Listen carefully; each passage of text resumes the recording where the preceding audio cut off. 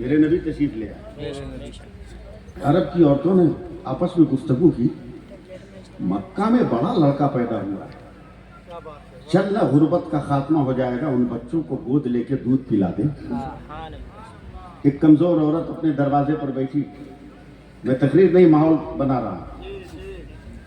تمام کافر عورتیں گئی, کہا بہن تو بھی چلنا. بولا میں بھوکی پیاسی, نہ جانور تندرست, لنگڑاتا ہوا کمزور نحیف, میں دکھیاری, میں جا کے کیا کروں, کون مجھ کو اپنا بچہ دے گا. چل نا, ہو سکتا ہے بھیڑ میں تیری بھی دال گل جائے, چل. لیکن جانور اتنا کمزور تھا کہ یہ کمزور عورت جانور پر بیٹھ کے چلنے لگی تو ان سے آگے ساری عورتیں نکل گئیں. جب یہ کمزور عورت مکہ کی سرحد پر پہنچی تو ساری عورتیں مکہ سے بچے کو لے کے نکل رہی تھیں. دکھیاری عورت نے رو کر کہا بہنوں کیا سارے بچوں کو اٹھا دیا. کفر کے گھروے میں زندگی گزارنے والی عورتوں نے مسکرا کر کہا نہیں بہن, ایک یتیم بچہ ہے جسے ہم نے چھوڑ دیا ہے, جا. نہ سے تو ہاں اچھا. اب میں اس عورت کا نام بتاتا ہوں.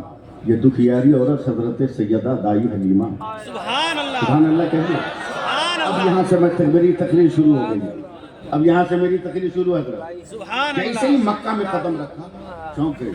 رات سپنے میں تو یہی راستہ نظر آیا تھا.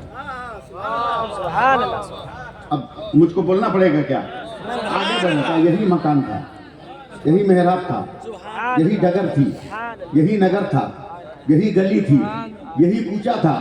میرے سرکار کے دروازے پر سرکار کے دادا عبد المطلب کھڑے ہیں. کہ رات سپنے میں دروازے پر یہی بوڑھا کھڑا تھا. قریب جا کر کہتی ہے تیرے گھر میں کوئی بچہ ہے کیا. بولا میرا ایک پوتا ہے, یتیم ہے.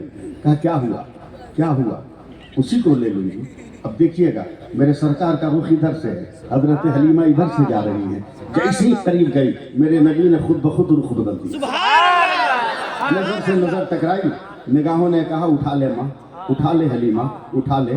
کاغذ پہ تاریخ لکھنے والے لکھیں گے حلیمہ نے مصطفیٰ کو اٹھایا, مگر جنت کے درختوں کے پتوں پہ تاریخ لکھنے والے فرشتے لکھیں گے کہ حلیمہ نے مصطفیٰ کو نہیں اٹھایا, مصطفیٰ نے حلیمہ کو اٹھایا. ذرا سا سہارا دیجیے. چلیے اب میں صرف 1 منٹ کے لیے اپنے علماء کی توجہ چاہوں گا. 1 منٹ کے لیے آپ شامل ہو جائیے گا. اپنے ہاتھوں پہ لیا. آپ کی زباندانی مجھے اردو بولنے پہ مجبور کر رہی ہے, سمجھے. آپ کی زباندانی مجھ کو اردو بولنے پہ مجبور کر رہی ہے. دیکھتا ہوں میں کہاں تک کامیاب ہوں. لے کے چلیے. حضرت حلیمہ کے ہاتھوں پر یہ بچہ ایسا لگ رہا تھا جیسے طاق حرم پر کسی نے تقدس کی شمع روشن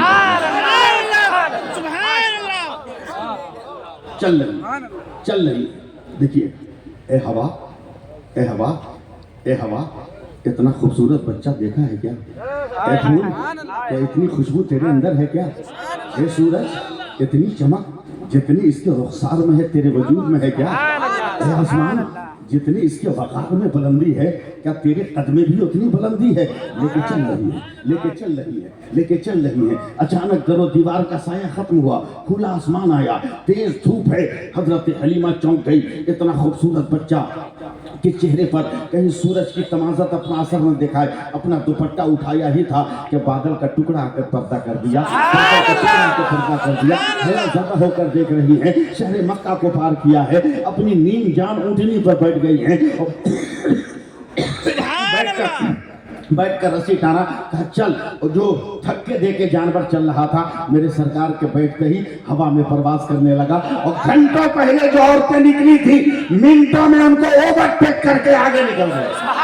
زور سے ہاتھ اٹھا کے بولو سبحان اللہ. کافر عورتوں نے پلٹ کر کہا حلیمہ, یتیم کے گھر کتنا پیسہ ملا کہ تو نے مکہ میں نیا جانور خریدا. حلیمہ نے پلٹ کر کہا بہنو, میں نے جانور نہیں بدلا ہے, بس بیٹھنے والا بدل گیا.